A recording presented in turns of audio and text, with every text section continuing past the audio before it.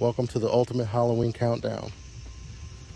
Every single day until Halloween, you'll be haunted by a new terrifying tale. From ghostly apparitions to bone-chilling legends, we've got the scares lined up just for you. Will you dare to watch them all, or will the fear take over? Subscribe now if you think you can handle the fright.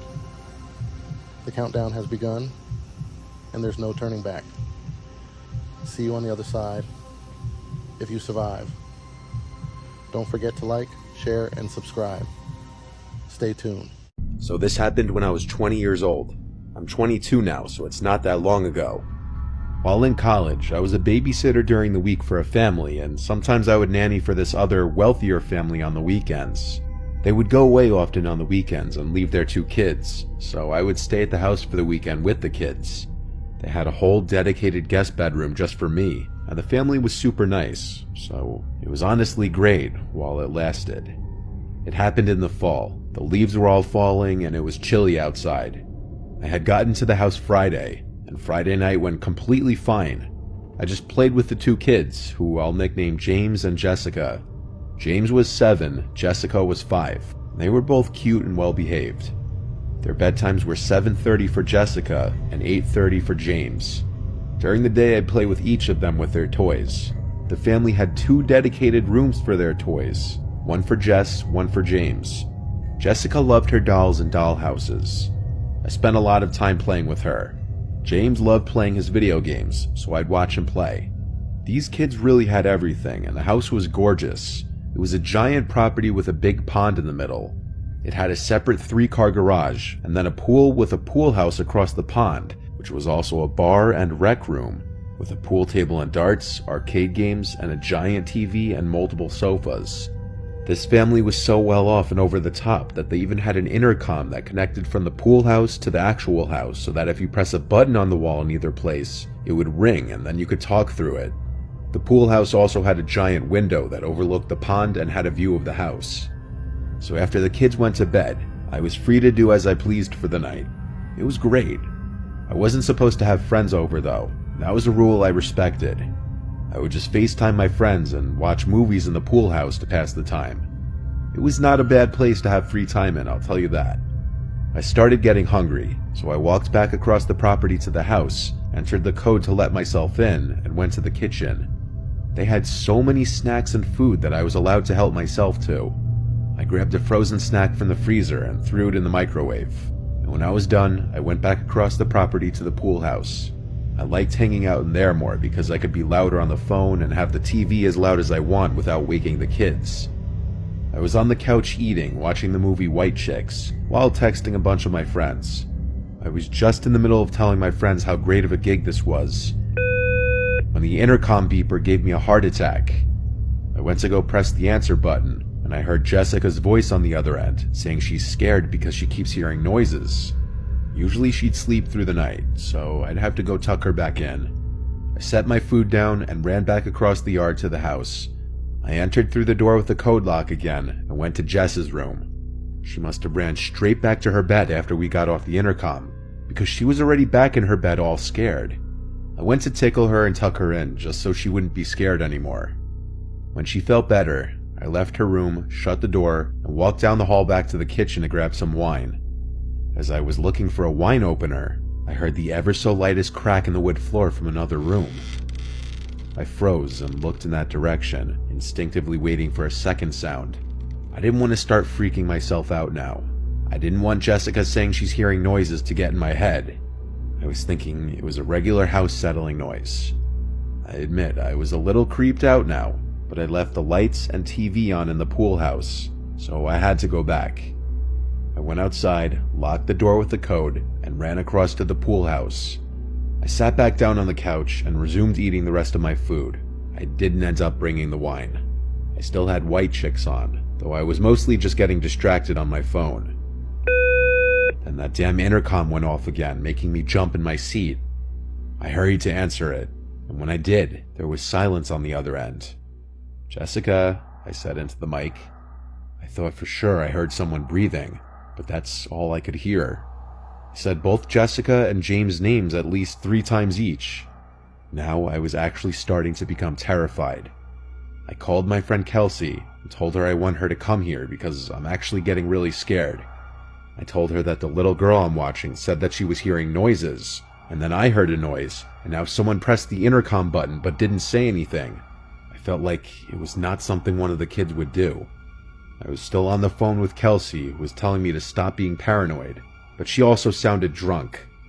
I was looking out the window to the house the whole time I was on the phone with her. The hallway lights turned on. I told Kelsey this, and any ounce of possibility that it was one of the kids disappeared when a large figure stepped into Cheese! Cheese! What you doing? What you see? What? What you see? Who are you saying hi to? Who are you saying hi to? Dude, you need to stop that. You're freaking me out. Come on. SpongeBob night. SpongeBob's awesome.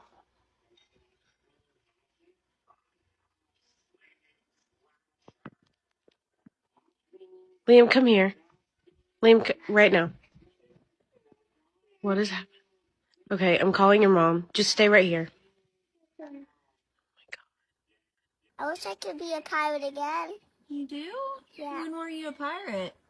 I was a long time ago when you weren't alive, and then I shrunk into a little kid. And I never could be a pirate again. So Freddy Krueger come from this man right here. His name is Freddy Krueger. His family migrated here from Germany after World War I, and they started following them circus folk around, and they joined in. Now his special skill he had was hypnotism. He was able to hypnotize people just so slick they wouldn't even know that it was going on. So that's why in the movies you see Freddy getting into people's dreams, is because he would put people in a hypnotic state and put them in a trance and all that. Now at first, he was doing the act and all that, but as times was changing and the circus started struggling, he had to find a way to make even more money. So he took that hypnotism power and started using it for evil. So what he would do is he would hypnotize the kids. The kids were real easy. He'd hypnotize and have them steal from their parents and bring the stuff back to him, jewelry, money, anything valuable they could get their hands on. And he would have them do it and bring it back to him. He'd hypnotize the women to go on dates with them. And there's limits to what you can do, but a lot of stuff like, dates, stealing, you can get people to do that. But he kept on working on it because he was trying to see just how far, like it was almost like playing God. So he started, having this power trip where he wanted to see, well, man, how much could I really, do with this power? This American woman that he was really in love with, but she wouldn't really give him the time of day because, she looked down on the circus folk. So he put he said, she came to one of the shows. He finally got her to come, and he called her from the audience and put a real serious spell on her. And she didn't know it at the time, but what happened is at home, she'd go home and start dreaming about him. And it was driving her crazy, and her family was just, they was just getting ticked off about it. Now, he did some darker stuff that I don't know if I could really talk about, on here, but eventually the people, the townsfolk went after him because they figured that it was some kind of like, witchcraft or type thing. And, back then folk didn't play that. So that's when they went, grabbed hold on him and put him on the grill. Shout out to all of those TikTok videos that talk about if you're walking in the woods in Appalachia and you hear something or you see something, no, you didn't, because I think that just saved my life last night. Story time. Excuse the garage. I'm at my parents' place, and this is the only place my dog is allowed, who plays a crucial role in this story, by the way. He's a very, very good boy, and last night proved it. So, my parents don't live in Appalachia, but they do live in an area that's a little more secluded. It's still a suburb, but it's pressed up against these hills with lots of untouched wilderness, and coyotes are running through there all the time. It's just a little bit more rural. So I'm sitting in their backyard, which has this tall fence all the way around it. and the wilderness comes right up to that fence. I'm sitting there around the campfire. My dog is laying beside me. I got my laptop open and I'm writing my little stories. Suddenly, my dog lifts his head, stares straight ahead at the fire, doesn't even like look around at the yard, stares straight ahead at the fire and starts to growl. All dog owners know that your dog has different types of barks and growls. This was his warning growl. This is the growl he does when there is danger coming and he's telling it to back away. So immediately I'm like, buddy, what's wrong? What's wrong? What's wrong? And then I hear a voice at the fence line. And it's not just any voice. It's the voice of a little girl. And it sounds like a creepy doll from a horror movie. It's got that kind of like mechanical quality to it. And it's kind of like muffled and garbled. I'm still getting the heebie-jeebies. And all it does is go, hello? Just like that. Just like that. Hi, just same tone and everything. Now, mind you, it's midnight. There are not going to be any little girls wandering the woods at midnight. So immediately I was like, well, this is either someone who's gonna me, or it's something else. And what made me think it was something else was the fact that the voice said again, hello? Only this time it had moved and it had gotten closer and I'd heard no footsteps. It was just floating closer. And then, mind you, my dog is still growling this entire time. For the next 5 minutes, that voice is just circling the fence line, going, hello, hi, hello, hey. Like, just like that creepy doll voice floating around the fence line. And then suddenly my dog stopped growling. And he put his head down and he went back to sleep, and the voice stopped. I thought, okay, cool, that was weird. And then all of a sudden he lifted his head back up again and started growling. And then the sound of a ticking clock came from the bush directly across from me. Again, heard no footsteps, heard no rustling. Just a ticking clock started in the middle of the night, in the middle of the woods. So don't know what that was. But if anyone wants to hop in the comments and let me know, that'd be great. Because I can't wait to go home today. And I don't see myself coming back here anytime soon. And a big shout out to my protector. Yes, big scary boy.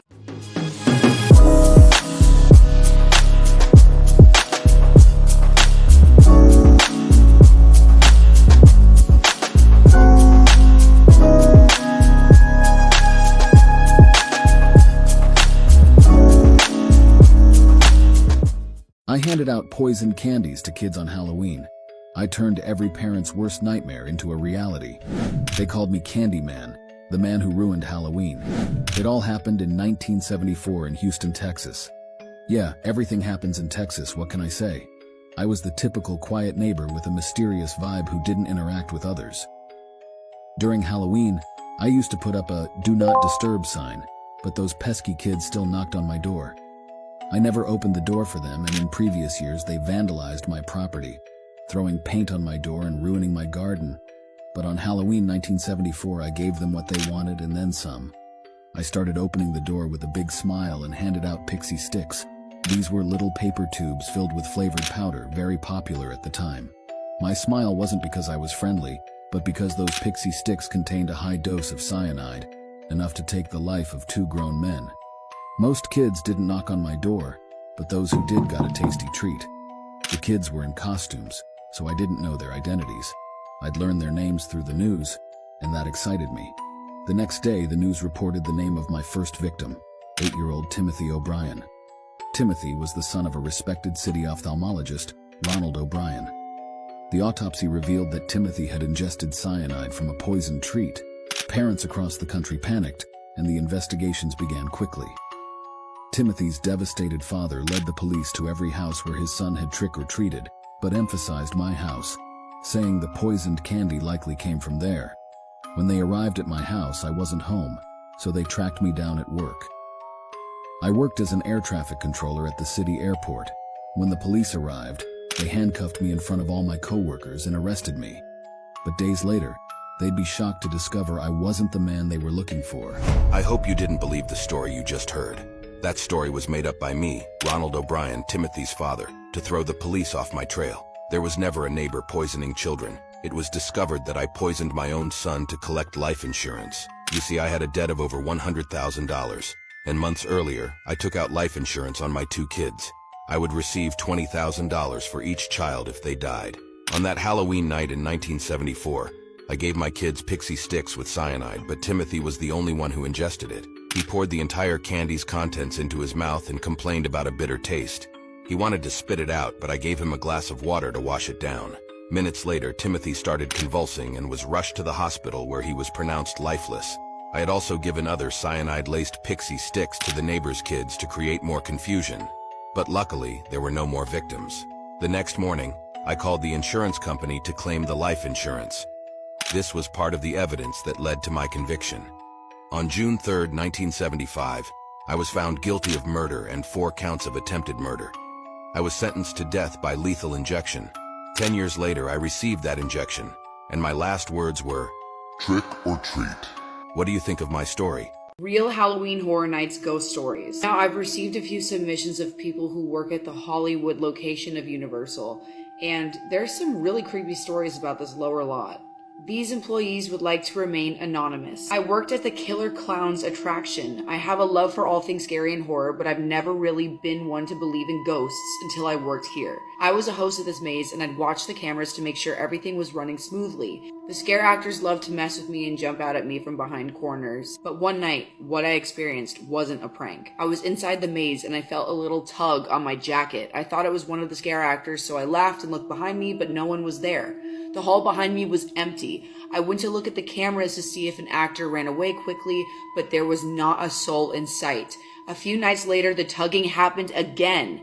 But again, nobody was there. I started to get really scared. I asked my coworkers if they were pranking me, but they swore they weren't. Sometimes I'd even get chills in there and a really weird gut feeling that someone was watching me. Every time I would look back at the cameras, nothing was there. I love working there still, but it's just a really weird energy in that maze sometimes. Wow, let's hear the next one. I've been a scare actor at Horror Nights for a few years. There's something really weird about the Revenge of the Mummy lower lot area. There's this ghost dude who shows up every year during Horror Nights, only at the lower lot area. He wears clothing that looks a little different than ours. It's like he's trying to blend in, but just doesn't get it right. My first encounter with him was my 2nd year on the job. I spotted his figure standing in a zone where no actor was scheduled. Thinking it's some new person who lost his spot, I head over, but as I got closer, he disappeared. Freaked me out, but I thought maybe I was just seeing things. But then other actors started sharing the same creepy experience. But wait, it gets better. The ghost man has been spotted outside of the mazes too by our security team. One of our security people who usually spends his shift doing routine checks has his own stories about the escalator man. He likes to hang out at the escalators near the mummy ride. This is where things get weird. He's been seen on CCTV on one escalator level, and then blink, he's on a different level. No explanation, just instant teleportation. During Horror Nights, he likes to play a game with security. His misty figure will be at the top of the escalator, and then when security tries to come close to him, he will leave and pop up at a different part of the escalator. It's a really weird game of chase, and the ghost even smiles at them. Do you have a Horror Nights ghost story? Let me know in the comments. And if you're a Horror Nights employee, I will always make sure that you remain anonymous. It was a stormy night, the first thunderstorm of the year. This was after my night shift ended at 4 a.m., and I had to call a lift to the train station since I didn't have my car at the time. I waited outside the place I bartended at the time, under the front patio to avoid getting soaked. A car pulled down the empty street and stopped in front of the bar. I had to check the Lyft app to ensure it was the correct car, and it was. A gray Honda Civic. I got in and greeted the driver, whose name was Sahil. I attempted to get in the front seat at first, but he told me not to and to sit in the back. That was only the second time I ever tried sitting in the front. That was before I realized it was customary to sit in the back seat. From the bar to the train station, it was about 10 minutes. The reason I was taking the train instead of just Ubering the whole way to my house is because I'd be saving about $40. The driver was going very slow, but there was nothing weird about that given the weather outside. I would expect anyone to drive cautiously in a torrential downpour like this one. The driver didn't take the highway route. He took us down the side roads. I wasn't concerned about missing my train, though. I had plenty of time. I wasn't concerned until the driver said something under his breath and then pulled the car to the side of the road. I looked up from my phone to see why and saw a man in the pouring rain waving his hands in the air. I almost asked if he was stopping to pick him up, but I just observed. And yes, the man on the street got in the back passenger seat next to me. He was soaking wet. He kept his black hood on in the car. I scooted all the way over to the left. I was expecting the man and the driver to exchange some kind of words, but they didn't. Did they know each other? I had no idea what was going on. During the ride, I felt in the corner of my eyes the feeling of that man next to me looking at me. Maybe he was looking out my window, so I shot a quick half-second glance to him. But I was wrong. He was looking at me. On top of it, as the drive progressed, I started paying more attention to the route we were taking. It wasn't the right way to the train station. I tried to sneak a peek at the driver's phone screen to see if maybe he was following some incorrect route, but he seemed to have his phone on his lap, unlike most Lyft drivers who have their phones mounted on the dashboard. I politely said, "I think we're going the wrong way." He replied something in such a low tone mixed with a thick accent that I had a hard time understanding it. By the third time I asked him to repeat himself, I finally just repeated myself and said we're going the wrong way. I confirmed this by checking the map on my phone. The driver didn't acknowledge me. I felt as though the guy next to me was inching closer every minute. He also wouldn't stop staring at me. Eventually, I asked the driver to pull over and canceled the ride. No acknowledgement. The driver was blowing stop signs, and there were no stoplights anywhere on these side roads, so I didn't really have a good time to escape, but I knew I was about to be their victim of something. This was some kind of trap, so I decided I was going to jump out of the car when I had the chance. I waited till we were on a street with woods on one side, which was perfect for me to make my escape. The car was going probably 15 to 20 miles per hour. I opened the car and jumped out. The two men screamed stuff in a different language, I'm guessing to each other. My impact with the ground was obviously painful, but I think the layer of water on the street might have cushioned my fall a little bit. The car completely stopped, and I saw the man who was next to me get out. I had to get on my feet and run into the woods. I heard him chasing after me for a little bit, but there was no shot he'd find me. I heard him yell something back to the car. It sounded like it was in Russian. Then he ran back to the car and they drove off. I immediately called an Uber instead of a Lyft this time, and this time I was brought safely to the train station. While on the train, I went ahead and filed an online police report, and then contacted Lyft and reported the driver. The next day, I also went to the police station and reported the whole incident. But here's where the bomb was dropped. There was a gray Honda Civic reported stolen just the night before. I gave them every last detail I could remember, and eventually I was on my way. I left that police station contemplating my life, and just how narrowly I may have escaped with my life. What are some of the scariest things that have happened on Halloween? And I'm not talking about ghost stories or creepy clowns. I'm talking about real true crime stories that have given us a healthy fear of the holiday. Like the tragic case of Lisa Ann French, and how it taught us that you should never ever trick-or-treat alone. Before I dive in, I talk all about this case in my brand new podcast, so be sure to check it out if you like true crime. In 1973, on Halloween night, 9-year-old Lisa Ann French was trick-or-treating alone on her way to a Halloween party in her neighborhood when she knocked on the wrong door. That's when Gerald Turner lured her into his home, committed SA, and brutally took her life. It took 4 days and 5,000 volunteers before they found 2 bags, one containing Lisa's body and the other containing her hobo Halloween costume she wore that year. The crime obviously sent shockwaves through the state of Wisconsin and the country, because what was once a safe, fun holiday for children was now sullied by dangerous people. And this crime caused stricter daylight trick-or-treating hours in Wisconsin and throughout the country, and caused people to be much more cautious. Gerald Turner was dubbed the Halloween Killer, and the story should end there, but unfortunately it doesn't. Gerald Turner was somehow paroled twice. They even created a law to keep him in prison, and he's currently looking to be released. I do a really deep dive in the podcast, so check it out. Why do old costumes sometimes feel haunted? This boy found out the hard way. This Halloween, a boy found a secondhand costume at a thrift store. Excited, he took it home, not knowing its dark past. As soon as he put it on, he felt a chill run down his spine. That night, shadows danced on his walls. Whispers filled the room. Digging through old news clippings, he discovered the horrifying truth. The previous owner died in that very costume. And now, his spirit was back, desperate to reclaim what was his. The boy tried to remove it, but the costume clung to him like a second skin.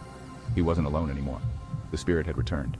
And this Halloween, it wanted revenge.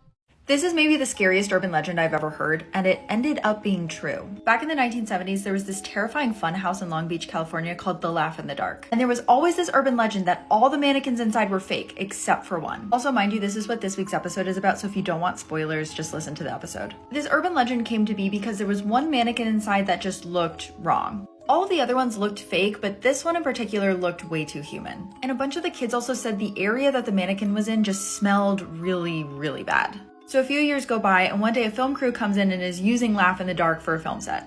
The director's lining up a shot, and he just doesn't like the way this one mannequin looks in frame. So he goes over to a crew member and he's like, hey, can you just move this out of the shot? So the crew member goes over and starts moving the mannequin when its arm pops off. And inside of the mannequin's arm is human bone. The kids had been totally right. The mannequin was a mummified body. There's so much more to this story, like who the person was and how they got there, and I talk about the whole thing this week on the episode. Today we're diving deep into the ancient roots of a festival that many of us know as Halloween. But did you know its origins trace back to the Celtic festival of Samhain? Let's unravel the mysteries together. The tradition dates back over 2,000 years to the Celts who resided in what is now Ireland, the UK, and northern France. For them, November 1st wasn't just another day. It marked the end of summer, the harvest, and the onset of a cold, dark winter, a season often linked with human mortality. The Celts believed that the boundary between the living and the dead blurred on the eve of their new year, October 31st. This was the night of Samhain, a time when ghosts were believed to return to Earth. But it wasn't all spooky. The presence of these spirits was thought to empower the Druids, or Celtic priests, to predict the future, a crucial comfort during the bleak winter months. And how did they commemorate this event? With grandeur. Druids would construct massive sacred bonfires where people congregated to burn crops and animals as offerings to the Celtic gods. And here's a fun fact. The Celts would don costumes made of animal heads and skins, attempting to foretell each other's futures, while other tales say that the Irish people would dress their children up as demons as to disguise them from the dead roaming the earth, thus protecting them for another year. Sounds a bit like the origins of our modern-day Halloween costumes, perhaps? But how did this ancient festival evolve into today's Halloween? By 43 AD, the Romans had conquered most of the Celtic territory. Over the next 4 centuries, they merged 2 of their own festivals with Samhain. One was Feralia, a day to remember the dead. The other honored Pomona, the goddess of fruit and trees. Ever wondered why we bob for apples on Halloween? Well, Pomona's symbol is the apple. From ancient Celtic rituals to Roman festivals, the evolution of Samhain has given us the rich tapestry of traditions we associate with Halloween today. That's all for today, folks. Join us next time as we explore more intriguing histories. Stay curious. This is one of the scariest stories I've ever read. It was posted 10 years ago on Reddit by an account called A Writer Named Williams. It was on the subreddit called Let's Not Meet. The story is called Poker Face.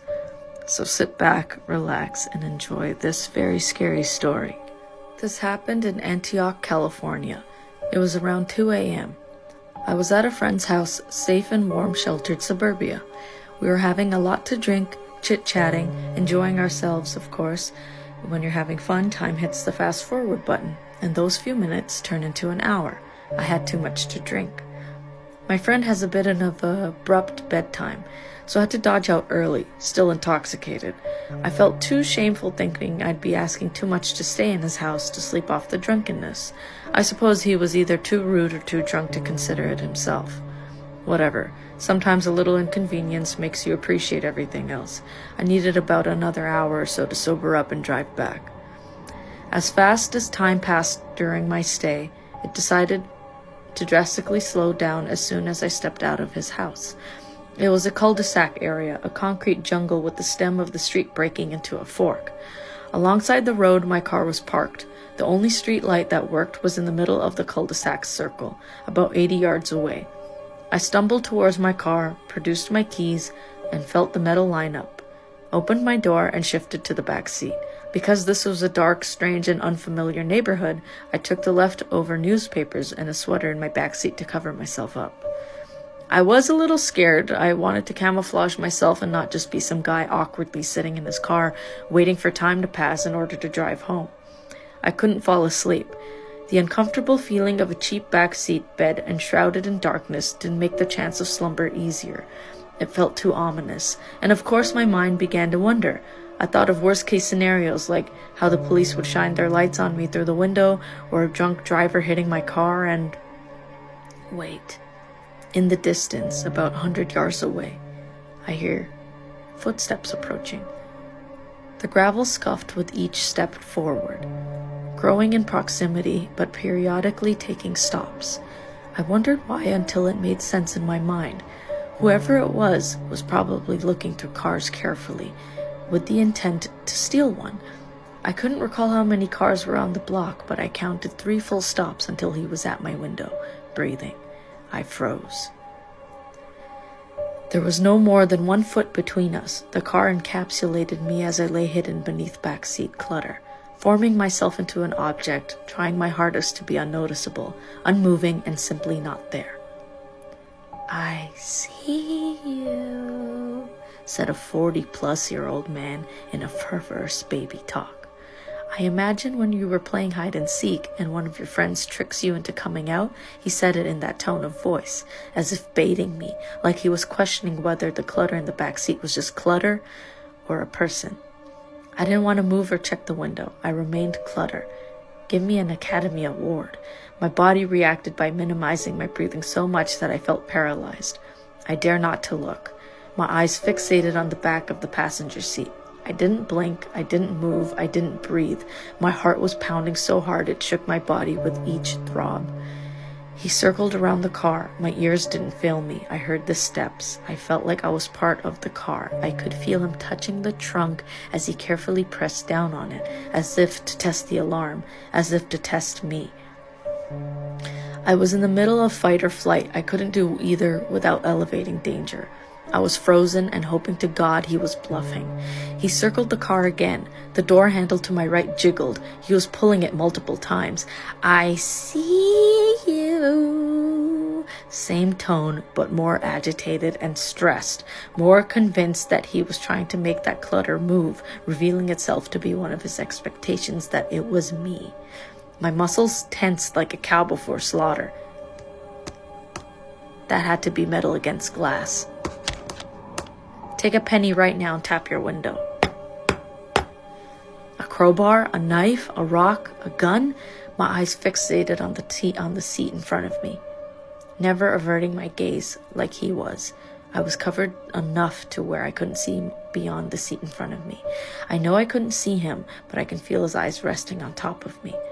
"My name is Poker Face. What's your name?"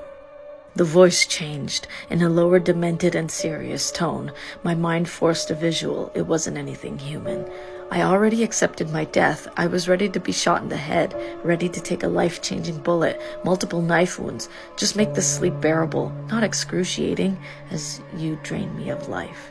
I wouldn't know how to react. My thoughts grew dimmer. I imagined my friend waking up the next morning after a calm night of safe and sound sleep, only to discover my mutilated, defiled, and bloody body hanging outside of my car door. It was then I heard nothing but my own heart. What was this person doing now? Just staring at me in the middle of the night, talking to me, or a messy pile in the back seat? Time froze. The footsteps were being swallowed in the distance. Thank God he left. I waited another hour until the sun showed hints of itself. I jumped in my front seat and bolted out of there, wide-eyed and sober. And that's the end of the story.